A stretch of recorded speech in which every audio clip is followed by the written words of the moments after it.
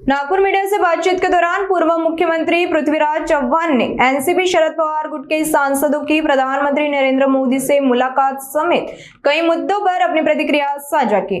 उन्होंने कहा कि इंडिया गठबंधन मजबूत है और बीजेपी को हराने के लिए विपक्ष का एकजुट रहना जरूरी है। चव्हाण ने चुनावी प्रक्रिया पर सवाल उठाते हुए मतदाता सूचियों में गड़बड़ी और कथित फर्जी मतदान का मुद्दा उठाया। आगे चव्हाण ने इथेनॉल, पेपर लीक, मराठा आरक्षण आंदोलन नेता मनोज जरांगे पाटील का आंदोलन जैसे मुद्दों पर भी खुलकर बात की। सर, आज दिल्लीमध्ये शरद पवार गटाचे सगळे खासदार जे आहे इन्क्लुडिंग सुप्रिया सुळे पंतप्रधान नरेंद्र मोदी यांना भेटले। गेल्या काही दिवसांमध्ये घडामोडी त्यांची वाटचाल होती एनडीएकडे जाताना दिसतंय। तुम्ही कसं बघताय सगळे? राष्ट्रवादी काँग्रेसमध्ये काय घडामोडी चालल्या किंवा शरद पवार गटामध्ये काय चाललं त्याच्यावर मी बोलणं काही उचित ठरणार नाही। ते तुम्ही सांगताय, मीडियातून ज्या बातम्या येतात त्यात आम्ही ऐकतो, आम्हाला कोणी काही सांगितलेलं नाही की कशा करता भेटणार, अजेंडा काय आहे। मागच्या वेळेला ते भेटले होते, मला सगळ्यांना सांगितलं की तुम्ही शेतकऱ्याच्या प्रश्नावर ते बोलले, ते म्हटले होते, एकदा दोघंच जाऊन गेले होते। त्यानंतर पुन्हा ते म्हटले की नाही मी ते जनजीच्या आंदोलनाबद्दल बोललो, काय म्हणतात काय मला माहिती नाही, काय अजेंडा आहे तर त्यांना माहिती असेल, मला त्यावर काही टिप्पणी करणं योग्य वाटत नाही। पण इंडिया आघाडी जी आहे ती अजूनही आहे का असं आपल्याला वाटतं? इंडिया आघाडीतला इंडिया आघाडी इंडिया ऑफकोर्स नाही, इंडिया आघाडी अगदी भक्कम आहे। शेवटी प्रत्येकाला माहिती आहे की भारतीय जनता पक्षाचा पराभव करायचा असेल तर सर्व विरोधी पक्षांनी आपली मतं एकत्र केली पाहिजे आणि आमच्या मताचं विभाजन झाल्यामुळं भाजपला यश मिळतं नाही, ते आम्ही टाळलं पाहिजे। कित्येक वेळेला आम्हाला त्याला यश येत नाही टाळण्यामध्ये, पण आमचा प्रयत्न, आमच्या नेत्यांचा प्रयत्न आहे की इंडिया आघाडी म्हणजे एकंदरीत उद्देशाचा आहे की भाजपच्या विरोधामध्ये जे जनतेमध्ये जो रोष निर्माण झालेला आहे पहिल्यापासून आहे, त्याला एकत्रित करण्याकरता सर्व विरोधी पक्षांनी आपल्या मताचं विभाजन टाळलं पाहिजे, हे त्याचं मूळ सूत्र आहे। अनेक घटना त्याला कारणीभूत आहेत।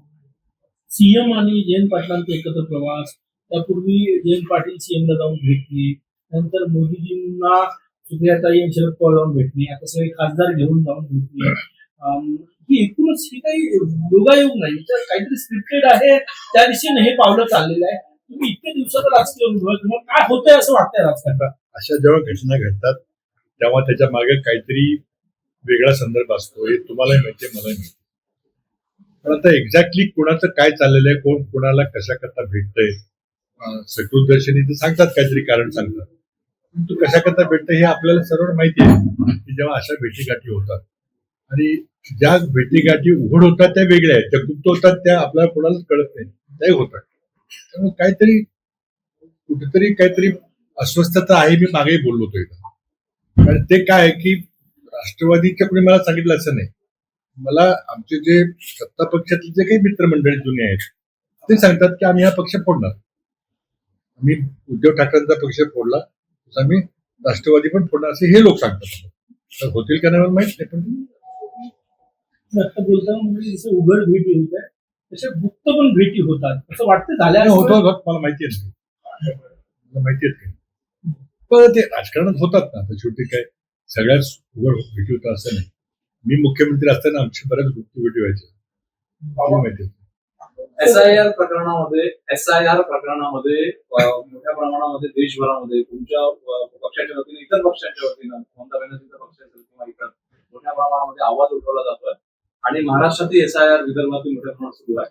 तर हे एसआयआरचे प्रकरण आहे, त्या संदर्भात पुढं कसं तुमचं म्हणणं जे आहे ते पुढं कसं नेणार, कसं नेणार हे म्हणजे सृष्टी ठरवते पुढं आंदोलन कसं न्यायचं। हा विषय फार गंभीर आहे आणि हा दोन प्रकारचा विषय आहे। पहिला प्रकार असा आहे की काही राज्यामध्ये मायनॉरिटी वोटर्स आहेत जे हमखासपणे बीजेपीला विरोध करतात, त्यांची नावं गाळायचा प्रयत्न, जे बाहेरचे लोक आलेले आहेत आसाममध्ये किंवा त्यांच्याबद्दल शंका आहे की कुठल्या नागरिकत्व काय, अशा गोष्टी आहेत। त्यातून मग एका दृष्टीनं भाजपच्या विरोधातलं मतदान कमी करायचा प्रयत्न हा होतोय। त्याबद्दल वोट चोरी आंदोलन राहुल गांधींनी केलं, आपण सर्वांनी पाहिलं। पण माझा अनुभव वेगळा आहे माझ्या मतदारसंघातला, त्याच्याबद्दल मी प्रेस घेऊन कराडला मी सांगितलं होतं सगळ्यांना, पण तुम्हाला थोडक्यात सांगतो मी। आणि ते घडलेलं आहे ते प्रफुल्लच्या मतदारसंघात घडलेलं आहे, त्यांनी कदाचित माझं एवढं काम केलं नाही असं दिसतंय मला.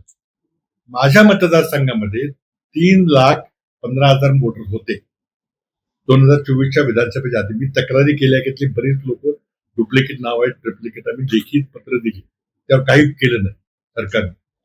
आता जेव्हा मी याचिका दाखल केल्या, मला पवारसाहेब आणि उद्धवजींनी सांगितलं की सगळ्या पराभूत उमेदवारांनी याचिका दाखल करायची. माझा त्याला विरोध होता, पण आदेश आल्यावर मी पण केली. माझी याचिका हायकोर्टात पेंडिंग आहे. काल ते SIR झाल्यामुळे मी माझ्या मतदारसंघापुरतं मी जिल्हाधिकारी पत्र दिले. एक पत्र तुम्हाला व्हॉट्सअपवर मी टाकतो तुमच्या माहितीकरता. माझ्या मतदारसंघामध्ये एकट्या 21,000 लोकांची नावं 48,000 ठिकाणी नोंदली गेली. एकाची 17,000 लोकांची नावं 2 ठिकाणी आहेत माझ्या मतदारसंघात. काहींची 3, काहींची 4, काहींची 5. एका माणसाचं नाव 15 ठिकाणी आहे. स्वतःचं नाव, वडिलांचं नाव, आडनाव तिन्ही एकत्र मॅच होणार आहे.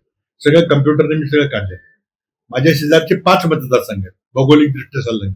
जयंत पाटलांचा वाळवा, बाळासाहेब पाटील सहकार मंत्र्यांचा कराड उत्तर, शंभूराज देसाईंचा पाटण, विश्वजित कदमांचा कडेगाव आणि शिराळा.